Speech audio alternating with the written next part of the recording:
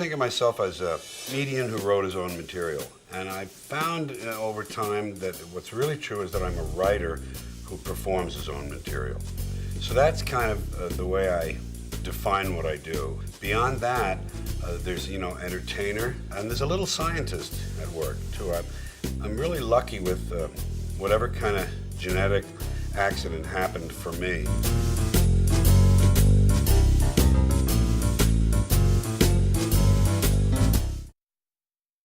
I was born in 1937, so I grew up in Manhattan, New York City. Father was out of the picture. Then my mother, he'd been shown exactly where the door was located. He was a drinker and a little too much temper.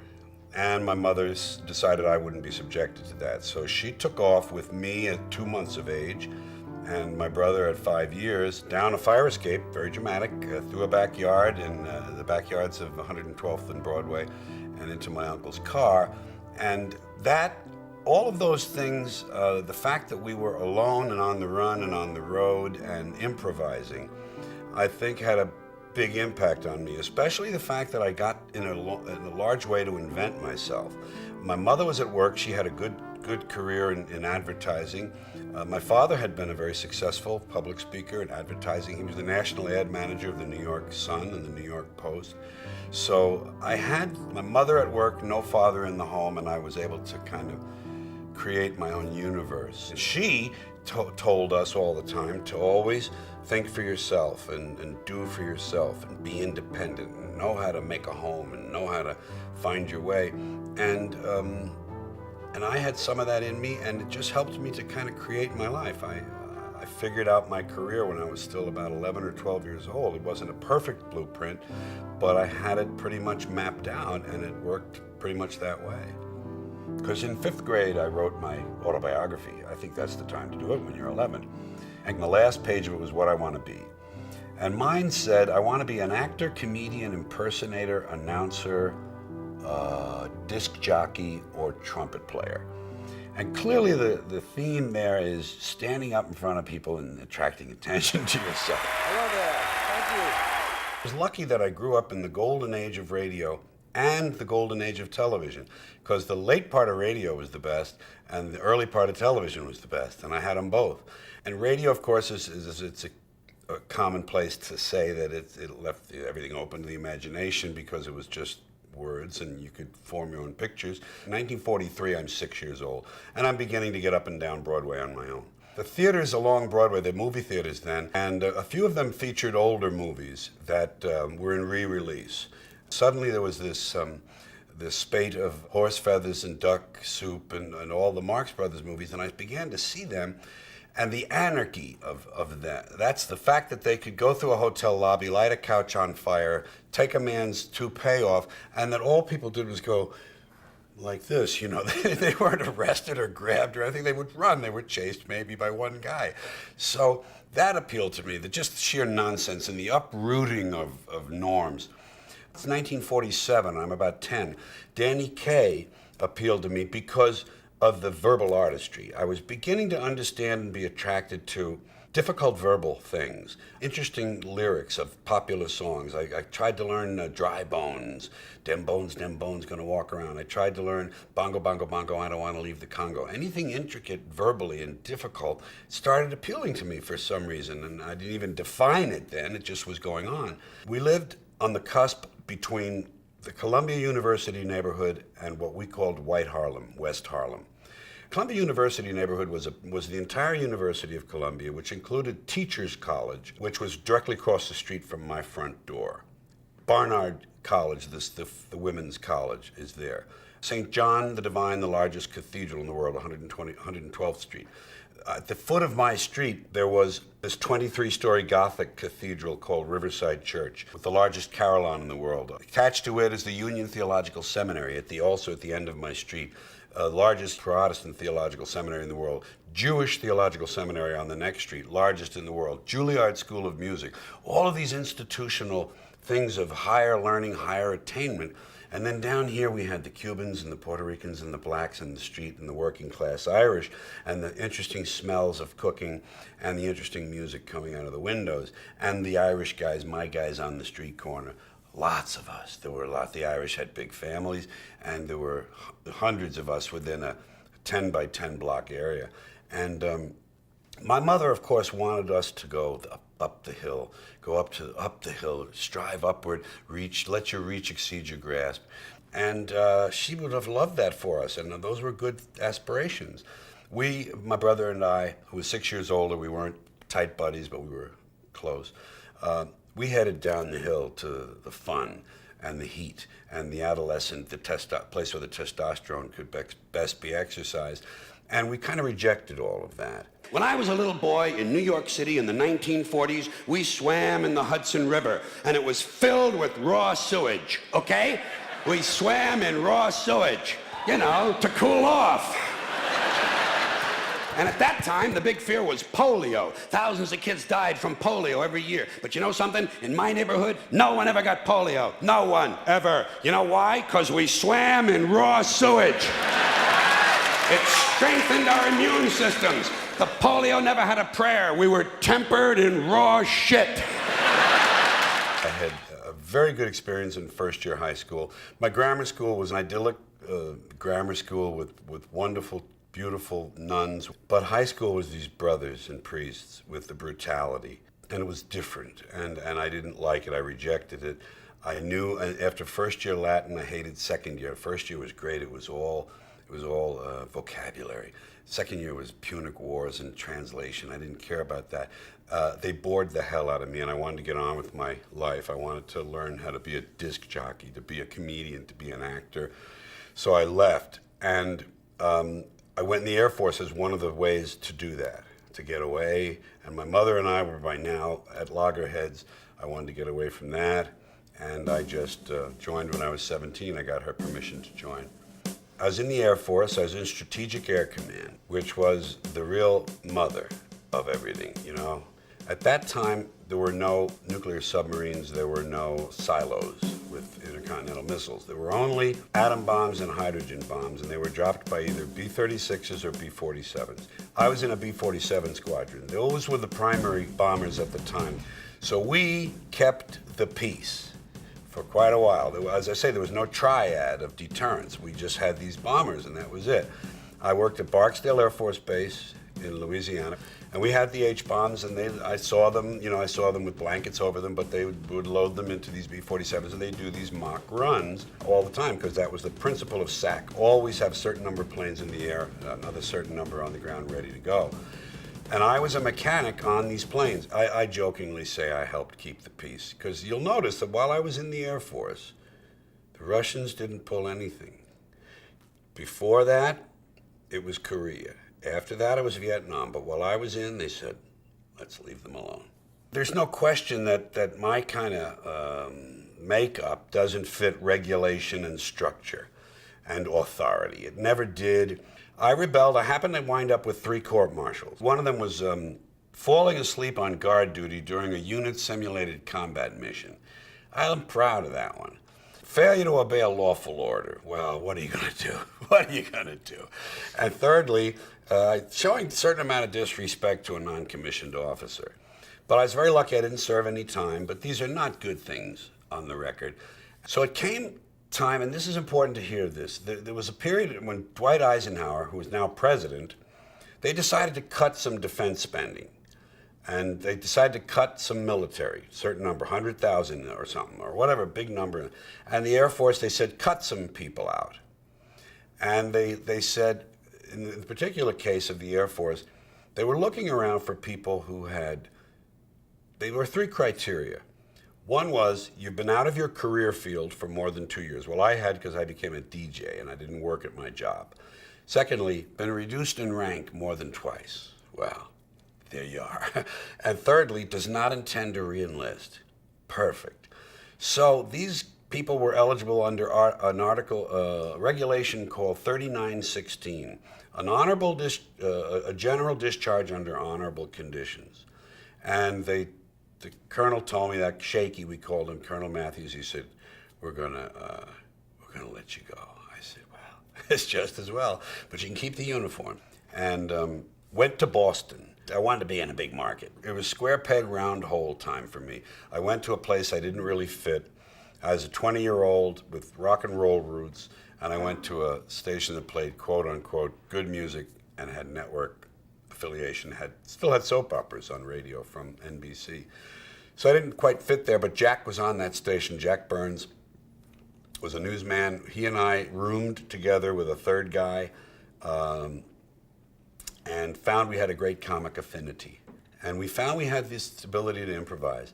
And for the 4 months I was there, because I had to leave there, unfortunately, before I had planned, Jack and I split up and didn't see each other and didn't think of anything of it. I wound up in Fort Worth with a good rock and roll job.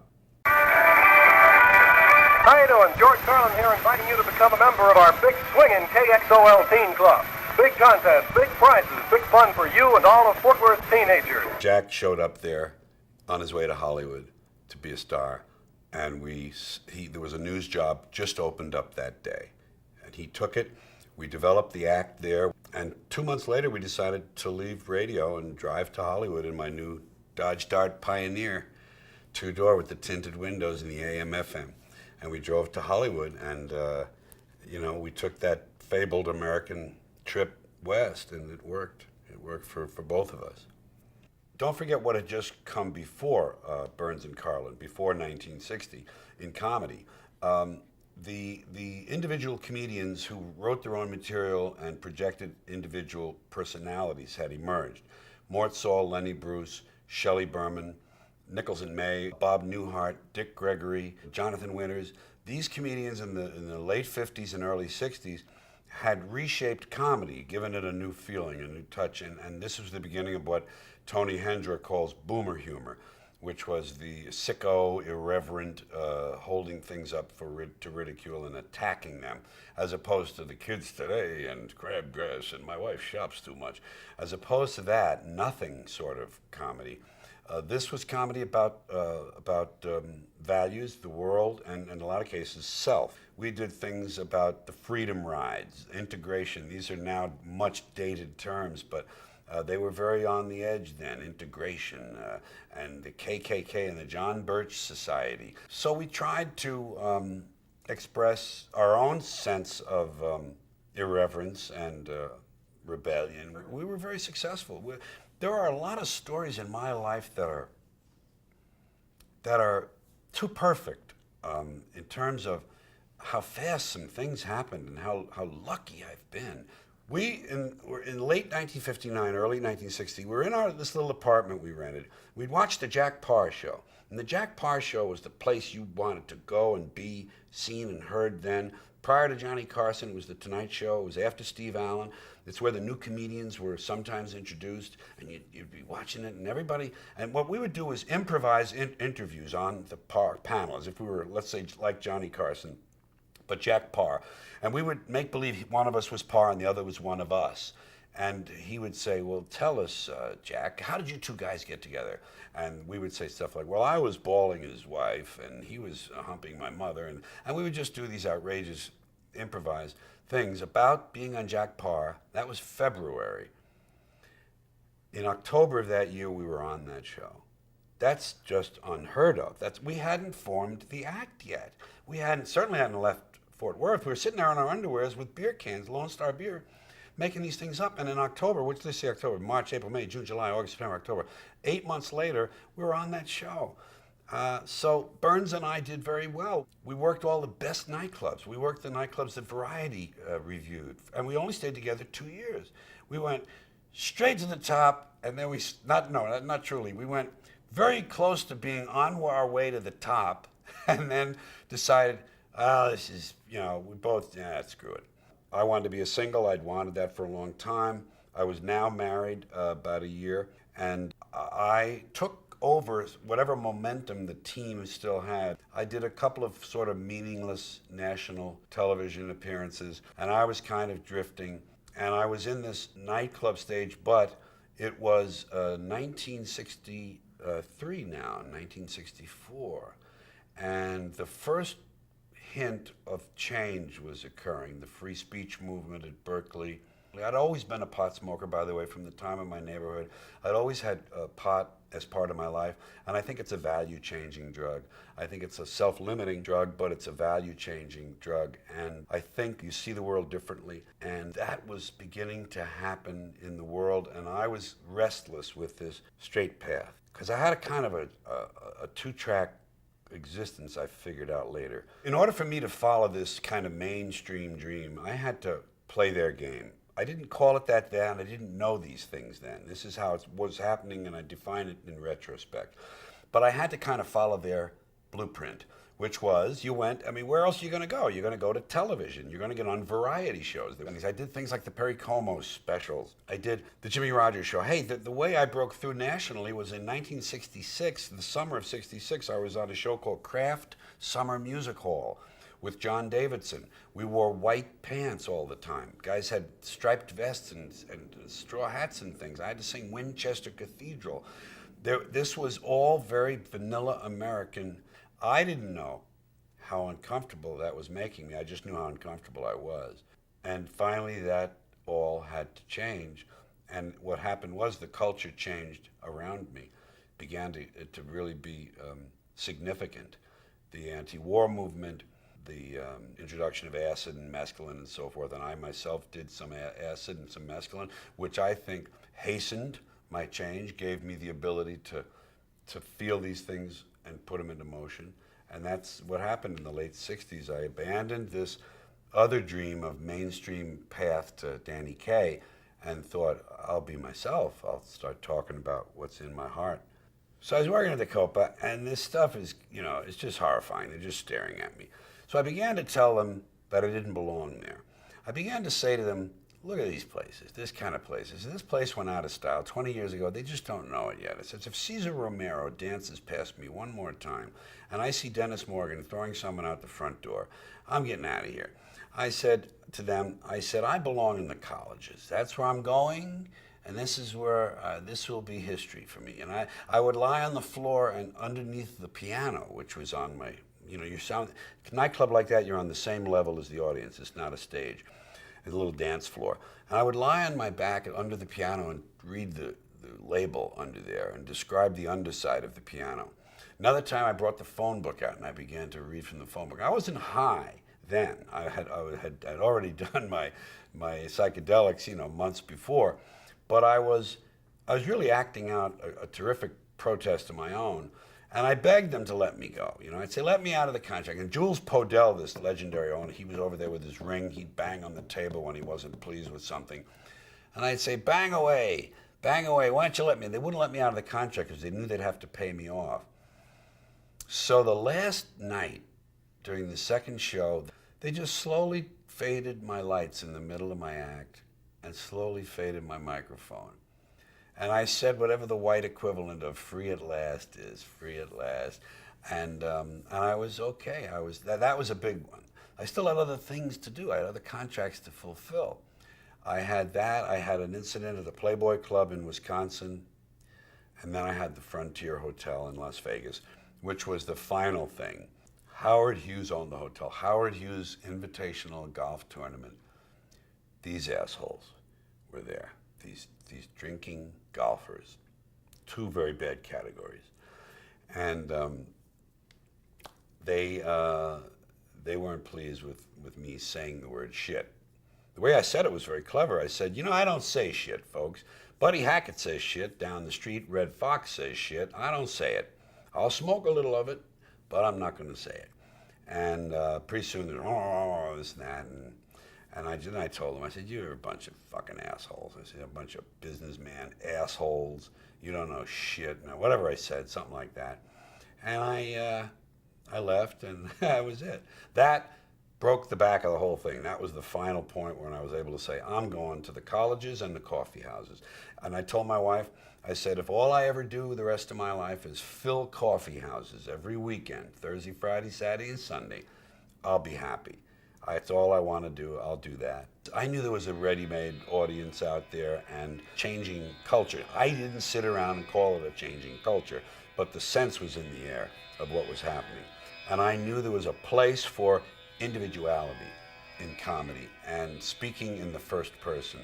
I had this act that was still good. That was what I thought it was the middle class act. And I had these newer things that I've been working on, and there were now a chance to develop them in coffee houses. And I conceived the album to myself of FM and AM, which was my first album. And the idea of it was to show that I was going from being an AM kind of a radio person, that is to say, very commercial and mainstream oriented, to what in that time FM was. So FM represented that place I was going, AM was where I had been, and I just reversed them and called them FM and AM.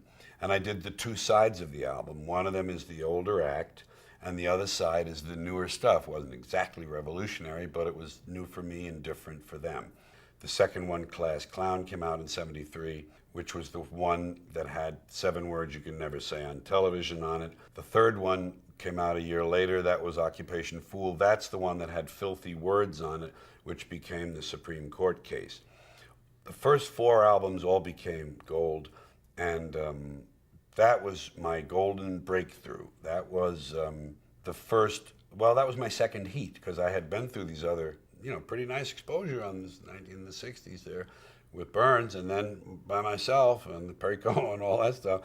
And now here comes this third wave, or another surge of exposure on a big scale. And this was the one that counted and meant the most and lasted, that led the rest of the way, because it was true. It was about the real, whatever the heck this is, artist, entertainer, whatever. That person was being represented correctly and accurately for the first time. In looking for these words, I kept finding new categories. We have so many ways of describing these dirty words. We have more ways to describe dirty words than we actually have dirty words. That seems a little strange to me. It seems to indicate that somebody was awfully interested in these words. They kept referring to them. They called them bad words, dirty, filthy, foul, vile, vulgar, coarse, in poor taste, unseemly, street talk, gutter talk, locker room language, barracks talk, bawdy, naughty, saucy, raunchy, rude, crude, lewd, lascivious, indecent, profane, obscene, blue, off-color, risque, suggestive, cursing, cussing, swearing, and all I could think of was shit, piss, fuck, cunt, cocksucker, motherfucker, and tits. All I know is I had a piece of material called 7 Words You Can Never Say on Television. It was an honest analysis from my standpoint of the inconsistency of our standards, and as reflected in language about the body, the body's functions, especially as it pertains to sex. Religion has crippled people because it's given them shame and guilt about their bodies and fear. And this is expressed in these taboos that we have, including language taboos. And I just thought it was fascinating that we have these, I was able to isolate the 7 that had no other saving meanings to them, such as balls has another meaning to it, pussy has another meaning, and I tried to explain that in the routine. But these words, shit, piss, fuck, cunt, cocksucker, motherfucker, and tits, they are what they are. They don't have additional secondary meanings. And so I wanted to, that interested me. So I thought, wow, what do you know? Well, I'll just isolate them.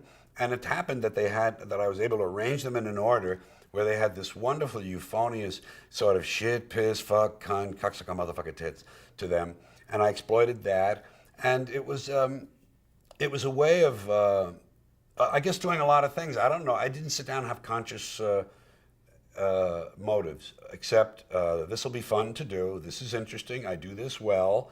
And this sort of needs to be said, not because society needs it, but because I need to hear someone say this, and I'll be the one, A radio station in New York played it. a listener-supported station, therefore no commercials. WBAI played that entire cut in the afternoon on a show called Lunch Pail, and they warned the audience. They said, this show today is about language taboos and some of the inconsistencies and so forth, and we're going to play something for you. If you're not ready for that sort of thing, don't like that, think you won't like it, please don't listen, turn your radios off now. A professional moralist was driving around with his teenage son in the car, someone from a thing, I think it was called Morals in Media. If not, it was something very much like that. He heard it, listened to the whole thing. Apparently he and the son were not morally affected by it. And in a market in New York with car radios included that probably numbered 25 or 30 million radios, this was the only complaint the FCC received. And for whatever their reasons were, they just sanctioned the station, $100 fine, and a little mark against your record when you come up for renewal. The station refused the sanctioning and decided to fight the FCC. That's really what happened. And they won their case in district court. It went to whatever levels first, and then to district court, which is the Court of Appeals in D.C. It's a 3-judge court, and they won that case. The radio station won 2-1. So the FCC was overturned. The FCC went to the Supreme Court of the United States in 1973 with this case, and it took 5 years to go through the mill. In 1978, the Supreme Court voted 5-4 that the FCC had the right to regulate what they termed indecent language. It wasn't obscene because it didn't meet those tests, but it was a new category of filth. I was sort of proud they had carved out a new category of filth for me, initially for me, called indecent language. You know, the perverse person in me loves the fact that I'm a part of, I'm a footnote in American legal history. The only case in the Supreme Court ever based on a comedian's routine, and that they had to read these words out loud in court. I'm just proud of that. The FCC, the Federal Communications Commission, decided all by itself that radio and television were the only two parts of American life not protected by the free speech provisions of the First Amendment to the Constitution. I'd like to repeat that because it sounds vaguely important. The FCC, an appointed body, not elected, answerable only to the president, decided on its own that radio and television were the only two parts of American life not protected by the First Amendment to the Constitution. And why did they decide that? Because they got a letter from a minister in Mississippi. A Reverend Donald Wildman in Mississippi heard something on the radio that he didn't like. Well, Reverend, did anyone ever tell you there are two knobs on the radio? Of course, I'm sure the Reverend isn't that comfortable with anything that has two knobs on it. But hey, Reverend, there are two knobs on the radio. One of them turns the radio off, and the other one changes the station. Imagine that, Reverend, you can actually change the station.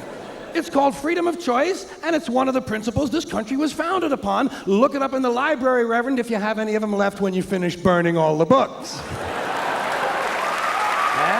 The media operators, the people with these radio and television stations, need to please their advertisers. They can't scare them away. They don't want to scare away this audience they're supposed to deliver, so they have to regulate themselves.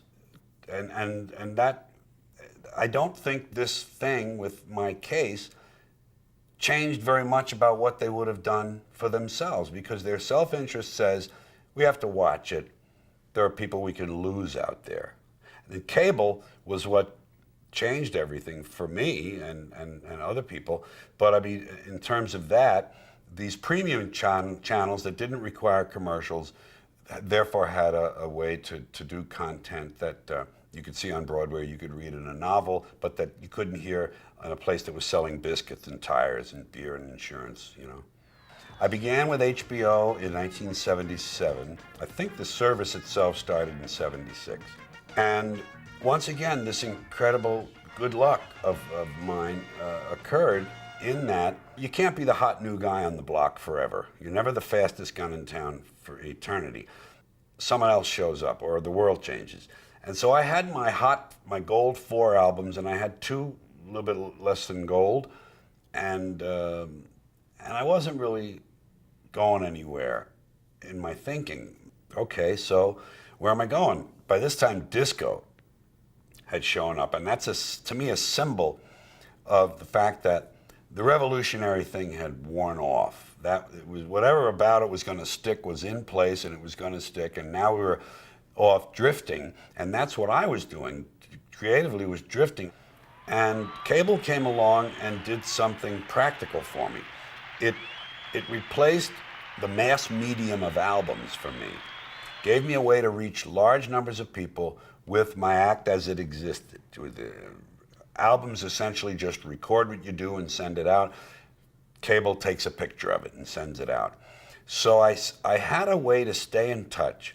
I kept doing The Tonight Show. I would host it a lot, and I would be a guest and so forth. And I was able to keep touring, and I was able to stay on the road 200, maybe 150 nights a year, and earn money and fill places. And slowly I was just learning how to be a better writer and to produce more material, because I had a need. I had to stay out there. And cable gave me a way of keeping interest up on a mass scale and getting my things on the shelf. I like the fact that they're recorded, they're finite, you can look at them, they're on the shelf. There's my first show, 77, there's 78. And at the same time, it helped me to mark time and kind of keep exploring and finding a voice. 2 things happened around very close to 1980. I developed a relationship with a new manager who had been a promoter of some of my shows, not all of them, in the second half of the 70s, Jerry Hamza, out of Rochester. I got became disenchanted with my current management. And Jerry, I told him I was going to look around for manager. He lived in Rochester, New York. I'm in Los Angeles. And I didn't think of him for that. And I told him I was going to look for a manager and everything. And he said, well, what about me? I said, well, you're in Rochester and stuff and everything. I don't know if you want to do that and everything. He said, let me come out to LA and let's talk about this. And Jerry and I then discovered that I had a big IRS debt. I'd done a lot of cocaine in the 70s and had not done responsible things with my own affairs. No one cheated me, but the managers, the money managers, different group, business managers before Jerry, were rolling over my IRS debt, which term still is unusual to me, that you can say, oh, we'll give it to you next year. I don't know what that means, but anyway, I wasn't paying it. It built up a bit, and then there were things they had disallowed. What do you call them? Exemptions, deductions, based on tax shelters, like my daughter's horses and the place we bought to put them and everything, all that stuff. Goofy. And disallowed things, and now there's more money.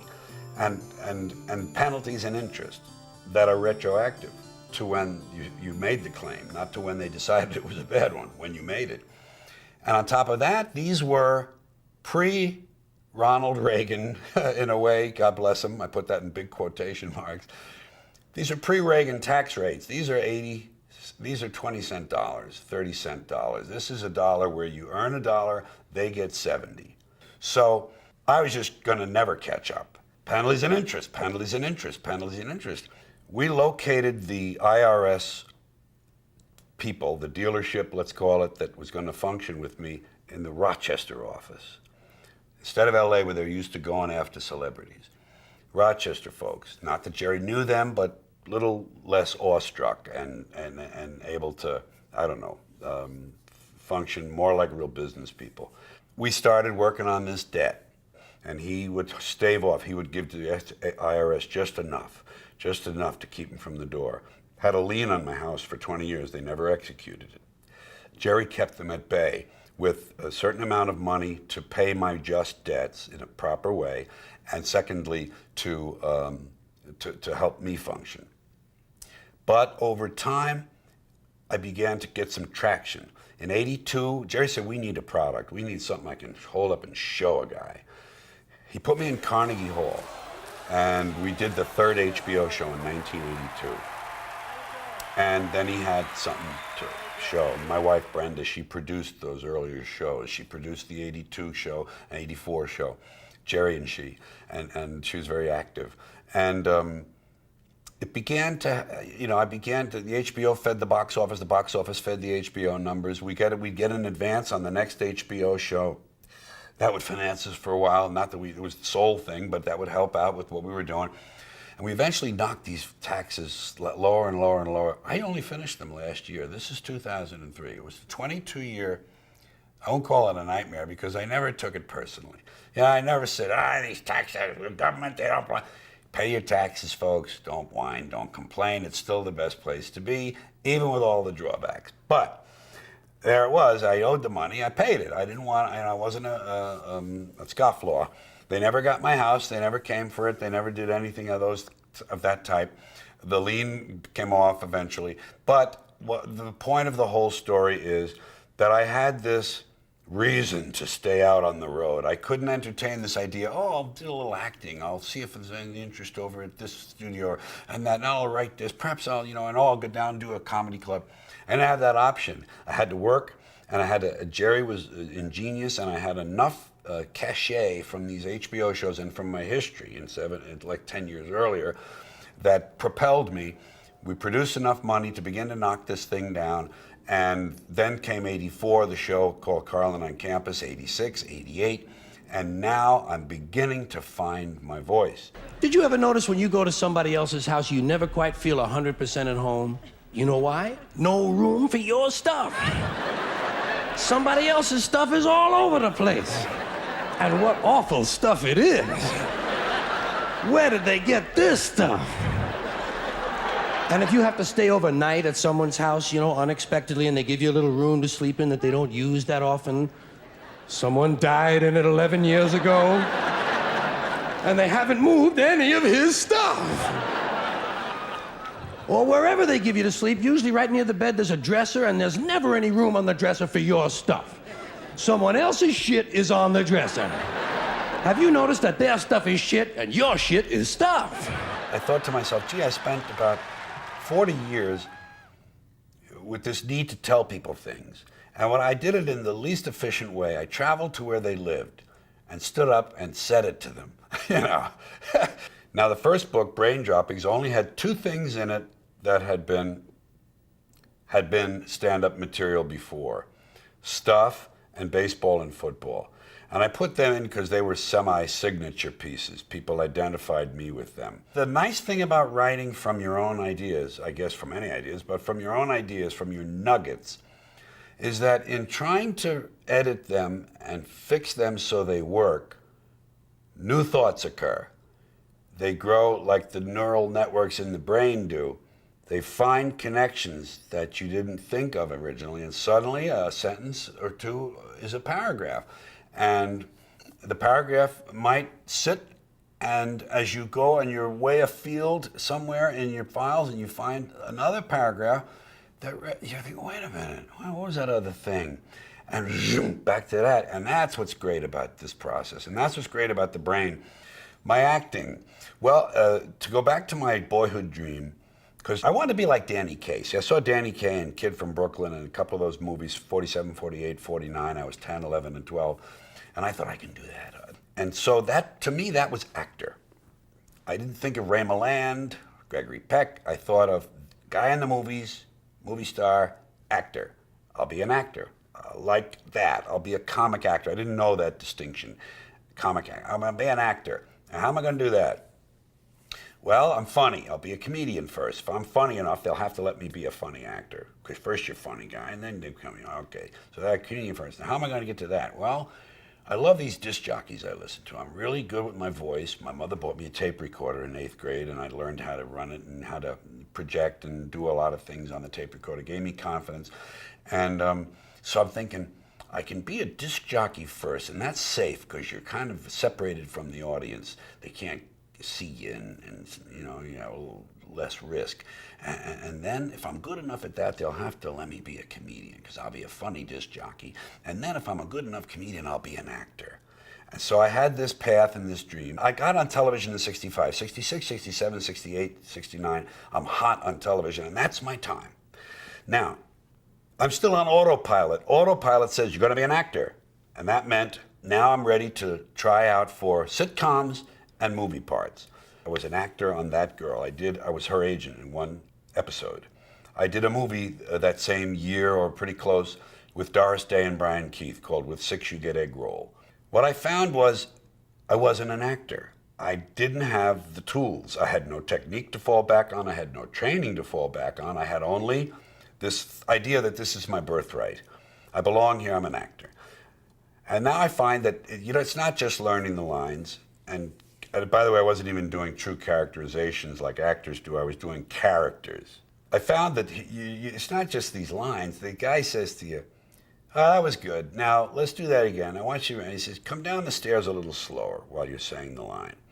When you get to the bottom, pause on the second step up and look over there. The phone is ringing. Notice that, but look over toward the kitchen. You think maybe she's in there.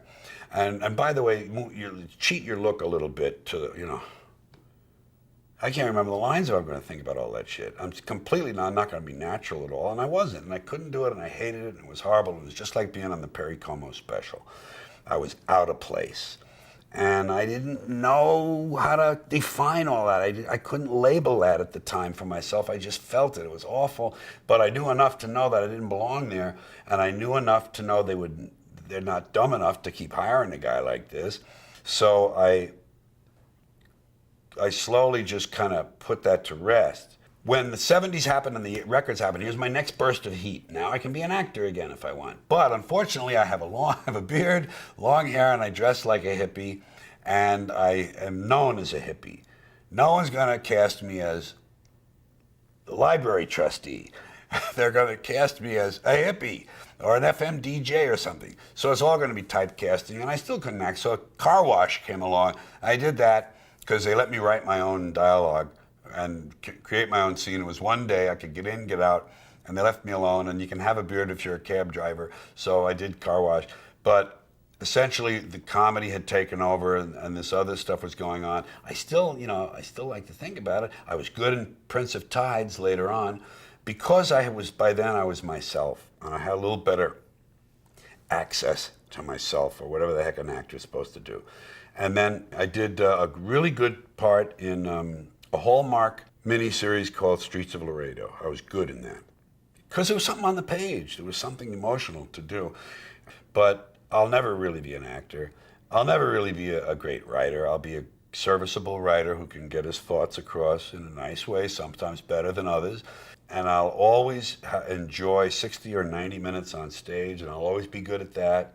In football, the object is for the quarterback, otherwise known as the field general, to be on target with his aerial assault, riddling the defense by hitting his receivers with deadly accuracy, in spite of the blitz, even if he has to use the shotgun. With short bullet passes and long bombs, he marches his troops into enemy territory, balancing this aerial assault with a sustained ground attack which punches holes in the forward wall of the enemy's defensive line.